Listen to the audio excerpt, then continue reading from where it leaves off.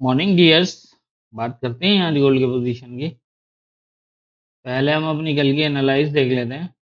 कल हमने जब गोल्ड को एनालाइज किया तो 23, 45, 46 के आसपास था और मैंने ये कहा था कि यहाँ से काफ़ी हद तक चांसेस हैं ये 42 से 38 वाले जोन पे आने के। ये जोन जो है वो इसका फैसला कर सकता है। एक अगर तो इसको स्टे करता है तो ये ऊपर ब्रेक कर देगा, काफ़ी हद तक चांसेस होंगे इस तरह की पोजीशन बनने के होंगे। 2360 से ऊपर अगर ये क्लोज करके नीचे की तरफ मूव करता है तो ये मजीद ऊपर की तरफ जा सकता है, और अगर इस एरिया को ब्रेक कर देता है और अगर क्लोज कर देता है तो फिर यहाँ से ये 38 को टैच करने के बाद नीचे आ सकता है 2305 तक। और 2305 तक आने के लिए 2324 के नीचे जो है वो अगर H4 का एक क्लोज लगे और फिर उसके बाद भी स्टे दिखाए तो यहाँ से नीचे की तरफ मूव कर सकता है, और अगर ये ऊपर की तरफ ब्रेक कर दे तो ये दोबारा ऊपर भी जा सकता है। इस तरह नीचे की पोजीशन मैंने बताई थी 2324 के नीचे की अगर H4 का एक क्लोज लगे तो नीचे स्टे करे तो ये मजीद जा सकता है, क्योंकि यहाँ पर एक ऐसा लग रहा है जैसे ये एक नया जो है वो लेवल बनाने की कोशिश कर रहा है 2314 के अंदर, यहाँ पर 2314 के पास। तो हो सकता है कि ये इसको दोबारा जो है वो सपोर्ट बना ले।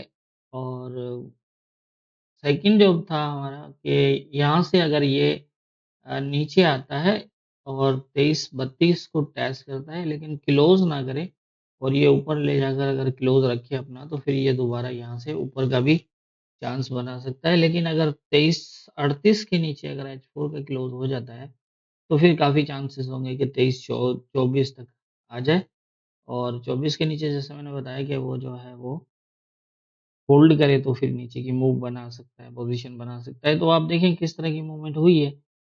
ये इस एरिया को डायरेक्टली इसने यहाँ से ब्रेक किया, ब्रेक क्लोज किया, फिर उसके बाद दोबारा इसने जो है वो 38 को टैच किया। 38 को टैच करने के बाद ये जो है वो 14 जो पिछले टाइम भी एक लेवल रहा है, उसको पिछले टाइम भी इसने सपोर्ट ली थी, और तो उसी एरिया के पास से जो है वो ये दोबारा बुलिश हुआ है। तो और यहाँ पर आप देखें तो अगर एक क्लोज नीचे लगा है और एक ऊपर लगाया है, तो इस पोजीशन में यहाँ नीचे का एरिया जो है वो इस तरह हमें देखना। तो ये थी हमारी कल की एनालाइज और मार्केट की मूवमेंट। अब देख लेते हैं आज के इम्पोर्टेंट एरियाज क्या होंगे।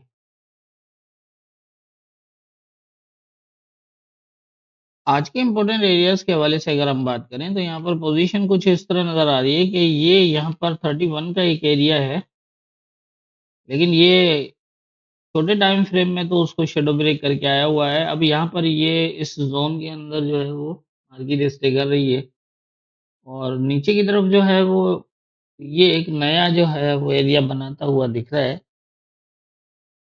2314, क्योंकि ये दो बार जो है वो इस एरिया की सपोर्ट ले चुका है, और पहले भी इसने इस एरिया को एक बार सपोर्ट ली हुई है। तो हो सकता है कि ये यहाँ पर एक नई सपोर्ट बनाए। तो यहाँ पर ध्यान रखिएगा, अगर ये यहाँ से 2330 के ऊपर जो है वो स्टे दिखाता है, स्टे का मतलब ये है कि कम से कम दो क्लोज अगर M15 के देता है और 32-33 तक या 34 तक 35 तक जाके और फिर दोबारा आता है, तो फिर आप देखिएगा इसको यहाँ से फिर ये दोबारा वाप जो है वो ट्राई कर सकता है इस एरिया को। और इस एरिया से अगर ये रिजेक्ट होता है, क्योंकि अब 38 जो है वो काफ़ी इम्पोर्टेंट रहेगा। जिस तरह पहले 54 था तो अब 38 है। अब इसको जो है ना 54 तक जाने के लिए 38 पे सेटअप देना पड़ेगा, क्योंकि ये कल भी 38 को जो है वो प्रॉपर टैच करके सेल हुआ है नीचे। अब यहाँ पर पोजीशन क्या बन रही है उसका तो फिलहाल जो है वो लेवल्स के हिसाब से ही देख के अंदाज़ा होगा, लेकिन लग रहा है कि शायद ये अब मज़ीद जो है वो सेलिंग की तरफ भी जा सकता है। लेकिन अगर ये नई सपोर्ट जो बना रहा है, अगर ये सपोर्ट को कायम रखता है तो फिर यहाँ से अच्छी खासी बुलिश भी हो सकती है मार्केट, क्योंकि ये एक लेवल्स ऑलरेडी ब्रेक भी है। तो अब यहाँ देखना ये है कि अगर 30 के ऊपर स्टे दिखाता है यहाँ तक मतलब 34 तक मार्केट जाने के बाद एकदम नीचे आ जाए, और तो आप वेट करिएगा, यहाँ पर ये पोजीशन इस तरह बनेगी। और अगर इस एरिया को प्रॉपर टेस्ट करके, बिल्कुल मतलब जिस तरह ये कल हुआ था, इस तरह अगर ये प्रॉपर टेस्ट करके नीचे आता है तो इसका फर्स्ट टारगेट ये होगा, ठीक है। और इसके बाद अगर इसको ब्रेक कर देता है नीचे, तो फिर यहाँ से ये होगा, यहाँ तक इस तरह की पोजीशन बन सकती है। इन इन एरिया में फ़िलहाल सेल मत करिएगा, 23.5 से लेकर 2 का एरिया। यहाँ से मैं बाय भी फ़िलहाल नहीं कह सकता, क्योंकि अगर ये डायरेक्टली आके इस एरिया को शैडो ब्रेक कर देता है, या यहाँ का जो है वो नीचे कोई छोटा-मोटा क्लोज़ भी लगा देता है, M15 का एक नीचे एक ऊपर, या फिर H1 का एक नीचे एक ऊपर लगा देता है, तो फिर मार्केट यहीं रुक जाएगी, स्टे करने लग जाएगी, तो फिर यहीं रहेगा, फिर ये ऊपर नीचे।